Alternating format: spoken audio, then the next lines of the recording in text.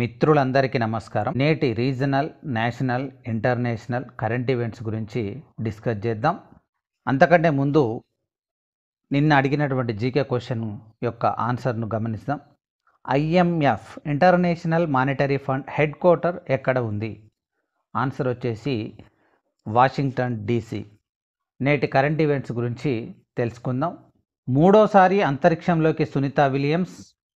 భారత సంతతికి చెందిన అమెరికా వ్యోమగామి సునీత విలియమ్స్ మూడోసారి అంతరిక్షయానం చేయనున్నారు. ఈసారి ఆమెతో పాటు బల్చ్ విల్మోర్ కూడా వెళ్ళనున్నారు. వారం పాటు అంతర్జాతీయ అంతరిక్ష కేంద్రం ISSలో ఉంటారు. వారిద్దరూ బోయింగ్ సంస్థకు చెందిన స్టార్ లైనర్ వ్యోమనౌకలో మే 6న నింగిలోకి పయనం కానున్నారు. అమెరికా అంతరిక్ష సంస్థ నాసా వాణిజ్య కార్యక్రమంలో భాగంగా ఆ వ్యోమనౌకలో నిర్వహిస్తున్న మొదటి మానవ సహిత యాత్ర ఇది. దీనిలో భాగంగా స్టార్ లైనర్ సామర్థ్యాలను పరిశీలించనున్నారు. ఇది విజయవంతమైతే ISSకి వ్యోమగాములను పంపే మిషన్ల కోసం ఆ వ్యోమనౌకను సర్టిఫై చేసే ప్రక్రియను నాసా ప్రారంభిస్తుంది. కల్పనా చావ్లా తర్వాత అంతరిక్షంలోకి వెళ్ళిన భారత సంతతికి చెందిన రెండో మహిళగా సునీత విలియమ్స్ గుర్తింపు పొందారు. సునీత విలియమ్స్ తొలి పర్యటన 2006 డిసెంబర్ నుంచి 2007 జూన్ వరకు కొనసాగింది. నాడు మొత్తం 4 విడతల్లో 29 గంటల 17 నిమిషాల పాటు స్పేస్ వాక్ చేసిన మహిళా వ్యోమగామిగా రికార్డు సృష్టించారు. తర్వాత 2012లో 4 నెలల పాటు ISSలో విధులు నిర్వర్తించారు. ఈ టాపిక్ గురించి చిన్న వివరణ. సైన్స్ అండ్ టెక్నాలజీలో స్పేస్కు సంబంధించి IITలు, IIITలు ఇన్నోవేట్ చేసినటువంటి అంశాల మీద ఎక్కువ ప్రశ్నలు అనేటువంటివి కాంపిటేటివ్ ఎగ్జామ్స్లో అడగడం మనకు జరుగుతున్నది. గతంలో జరిగినటువంటి గ్రూప్స్ కానీ రీసెంట్గా జరిగినటువంటి TGT, PGT, JL ఎగ్జామ్స్లో మనం చూడడం జరిగింది. కాబట్టి సైన్స్ అండ్ టెక్నాలజీ మీద ఎక్కువ ఫోకస్ చేయాల్సినటువంటి అవసరం ఉంది. సరే, ఈ టాపిక్కు సంబంధించి మరి ఎటువంటి ప్రశ్నలు అడుగుతారో ఒకసారి మనం పరిశీలన చేద్దాం. సునీత విలియమ్స్ ఏ రోజున స్పేస్లోకి పయనం కానున్నారు? ఆన్సర్ వచ్చేసి మే 6th. సునీత విలియమ్స్ వెళ్ళనున్న వ్యోమ నౌక పేరేంటి? Star liner. ఆన్సర్ ఏంటి? Star liner. మరి యొక్క తర్వాత టాపిక్ వచ్చేసి ఇథనాల్ తయారీకి 6.7 లక్షల టన్నుల బీ హెవీ మొలాసిస్, దానికి ప్రభుత్వ అనుమతి. ఈ ఏడాదిలో ఇథనాల్ ఉత్పత్తి కోసం ఫీడ్ స్టాక్గా 6.7 లక్షల టన్నుల మొలాసిస్ వినియోగించేందుకు చక్కెర మిల్లులకు ప్రభుత్వం అనుమతి ఇచ్చింది. చక్కెర ఉత్పత్తి సమయంలో విడుదలయ్యే బీ హెవీ మొలాసిస్ అదనపు నిల్వలు ప్రస్తుతం మిల్లుల వద్ద ఉన్నాయి. ఇథనాల్ ఉత్పత్తికి దీనికి వినియోగించొద్దని గతేడాది డిసెంబర్ 7న ప్రభుత్వం నిషేధం విధించిన వారం తర్వాత ఆ ఉత్తర్వులను వెనక్కి తీసుకుంది. అయితే 2023-24 సరఫరా ఏడాది నవంబర్ డిసెంబర్లో ఇథనాల్ ఉత్పత్తి కోసం 17 లక్షల టన్నుల చక్కెరను వినియోగించేందుకు అనుమతించింది. తాజాగా ఇథనాల్ ఉత్పత్తికి బీ హెవీ మొలాసిస్ వినియోగించుకునేందుకు అనుమతి ఇచ్చామని పెట్రోలియం శాఖకు ఈ విషయాన్ని చేరవేశామని ఆహార మంత్రిత్వ శాఖ ఉన్నతాధికారి ఒకరు తెలిపారు. 17 లక్షల టన్నుల చక్కెర పరిమితికి ఇది అదనమని అన్నారు.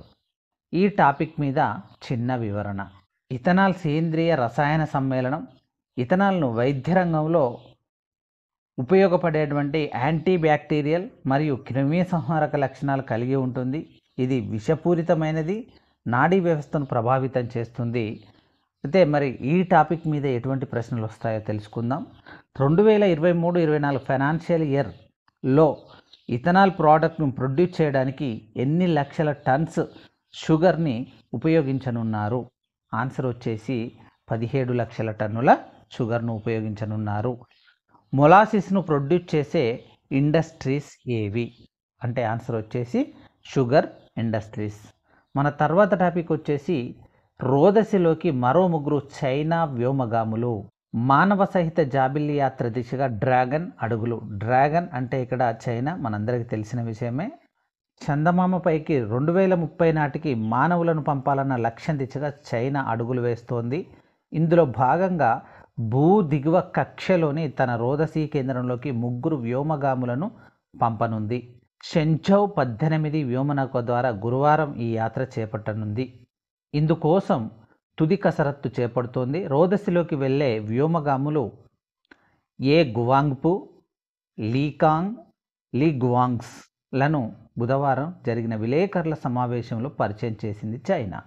వీరిలో కాంగ్, గువాంగ్స్లకు ఇది తొలి యాత్ర. గోబీ ఎడారిలోని జియుక్వాన్ ఉపగ్రహ కేంద్రం నుంచి వీరు రోదసిలోకి పయనమవుతారు. భూకక్షలోని థియాంగాంగ్ అంతరిక్ష కేంద్రంలో 6 నెలలు బస చేస్తారు. గత అక్టోబర్ నుంచి అక్కడే విధులు నిర్వర్తిస్తున్న 3 వ్యోమగాములు భూమికి తిరిగొస్తారు. తాజాగా రోదసిలోకి వెళ్లే వ్యోమగాములు శాస్త్రీయ పరిశోధనలు చేపడతారు. అంతరిక్ష వ్యర్థాల నుంచి రక్షణ కల్పించే సాధనాలను థియాంగాంగ్ రోదసీ కేంద్రానికి అమరుస్తారు. సైన్సు విద్యకు ఆదరణ కల్పించే కసరత్తును చేపడతారు. తన అంతరిక్ష కేంద్రంలోకి విదేశీ వ్యోమగాములు అంతరిక్ష పర్యాటకులకు అనుమతి ఇచ్చేందుకు కూడా చైనా కసరత్తు చేస్తోంది. ఈ టాపిక్ మీద ఎటువంటి ప్రశ్నలు వస్తాయో తెలుసుకుందాం. చైనా రోదసిలోకి పంపుతున్న వ్యోమగాముల పేర్లేంటి? జవాబు వచ్చేసి యో గువాంగ్పు, లీకాంగ్, లీగువాంగ్స్ అనే 3 వ్యోమనౌకలను పంపుతున్నది. చైనీయుల చంద్రమండల యాత్ర ఎక్కడి నుండి ప్రారంభమవుతుంది?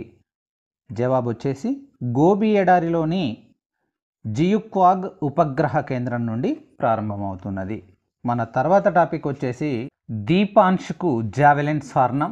ఆసియా అండర్ 20 అథ్లెటిక్స్ ఛాంపియన్షిప్ తొలి రోజు బుధవారం భారత అథ్లెట్లు సత్తా చాటారు. పురుషుల జావెలిన్ త్రోలో దీపాన్షు శర్మ స్వర్ణం గెలుచుకున్నాడు. 70.29 మీటర్ల త్రోతో దీపాన్షు విజేతగా నిలిచాడు. రోహన్ 70.03 మీటర్ల స్పీడ్తో రజతం సాధించాడు. పురుషుల 1500 మీటర్ల పరుగులో ప్రియాంష్ రజతం గెలుచుకున్నాడు. పురుషుల డిస్కస్ త్రోలో రితిక్ రజతం సొంతం చేసుకున్నాడు. మహిళల 3000 మీటర్ల పరుగులో ప్రాచీ అంకుష్ త్రుటిలో కాంస్యం చేజార్చుకుంది. ఆమె 4వ స్థానంలో నిలిచింది. మరి ఈ టాపిక్ మీద ఎటువంటి ప్రశ్నలు వస్తాయో తెలుసుకుందాం. ఆసియా అండర్ 20 మేల్ జావెలిన్ త్రోలో స్వర్ణం సాధించినటువంటి భారత అథ్లెట్ ఎవరు అంటే దీపాన్షు శర్మ. మన తర్వాత టాపిక్ వచ్చేసి ఇండోనేషియా నూతన అధ్యక్షుడిగా ప్రబోవో సుబియాంతో.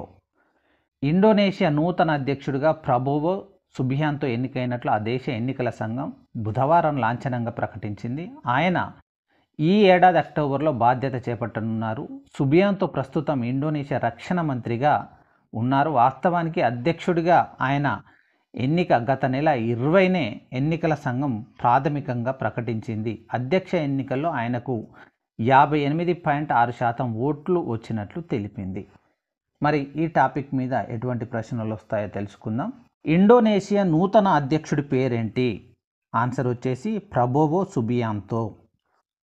మరి ఒక టాపిక్ ఏంటంటే రక్షణ వ్యయంలో భారత్ది 4వ స్థానం. ప్రపంచంలో రక్షణ వ్యయం అత్యధికంగా ఉన్న దేశాల జాబితాలో భారత్ 4వ స్థానంలో నిలిచింది. 2023లో మన దేశంలో ఈ రంగంపై $8,360 కోట్ల ఖర్చు చేసింది. $91,600 కోట్ల వ్యయంతో అమెరికా ఈ జాబితాలో అగ్రస్థానంలో ఉండగా 2వ స్థానంలో చైనా, 3వ స్థానంలో రష్యా నిలిచాయి. స్టాక్ హోమ్ అంతర్జాతీయ శాంతి పరిశోధన కేంద్రం సిఫ్రి తాజాగా ఈ మేరకు నివేదిక విడుదల చేసింది. నిరుడు ప్రపంచవ్యాప్తంగా రక్షణ వ్యయం $2,44,300 కోట్ల ఉందని అందులో తెలిపింది.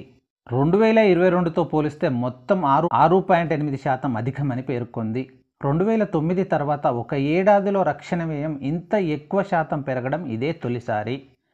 వరుసగా 9వ ఏడాది ఈ వ్యయంలో పెరుగుదల నమోదైంది. సిఫ్రీ నివేదిక ప్రకారం భారత రక్షణ వ్యయం 2022తో పోలిస్తే 2023లో 4.2% పెరిగింది. 2014తో పోలిస్తే అది 44% అధికం కావడం గమనార్హం. సిబ్బంది నిర్వహణ వ్యయాల పెరుగుదలే భారత రక్షణ వ్యయం అధికమవుతుండడానికి ప్రధాన కారణం. 2023 నాటి మొత్తం మిలిటరీ బడ్జెట్ వాటిదే 3/3కు పైగా వాటా. చైనా పాకిస్తాన్తో ఉద్రిక్తతలు కొనసాగుతుండడం, సాయుధ బలగాల సమర సన్నద్ధతను బలోపేతం చేసుకునేందుకు భారత్ ప్రాధాన్యమిస్తోంది. మిలిటరీ వ్యయంలో దాదాపు 22% బడ్జెట్ను రక్షణ రంగం కొనుగోళ్ల కోసం కేటాయిస్తుంది. అందులో 75% వాటా దేశీయ కొనుగోళ్లకే వెళ్తుండటం ఆత్మనిర్భరత సాధన దిశగా భారత్ వేస్తున్న అడుగులకు అద్దం పడుతోంది. నివేదికలోని మరికొన్ని ముఖ్యాంశాలు: ప్రధానంగా రష్యా ఉక్రెయిన్ యుద్ధం, ఆసియా ఓషియానా, పశ్చిమాసియాల్లో భౌగోళిక ఉద్రిక్తతల కారణంగా నిరుడు ప్రపంచవ్యాప్తంగా రక్షణ వ్యయం పెరిగింది. అమెరికా రక్షణ వ్యయం 2022తో పోలిస్తే నిరుడు 2.3% పెరిగింది. 2014తో పోలిస్తే ఆ పెరుగుదల 9.9%గా ఉంది. సైనిక వ్యయం పరంగా ఉక్రెయిన్ నిరుడు ప్రపంచంలో 8వ స్థానంలో నిలిచింది.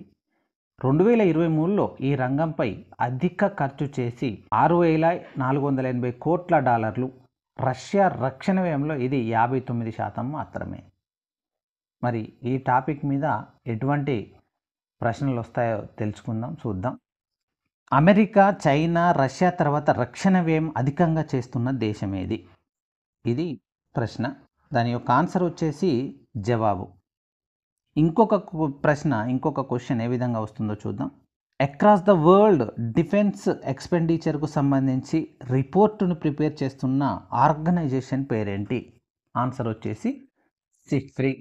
తర్వాత మన టాపిక్ వచ్చేసి తేలికపాటి తూట రక్షణ కవచం, అంటే light weight bullet proof jacket. DRDO ఘనత.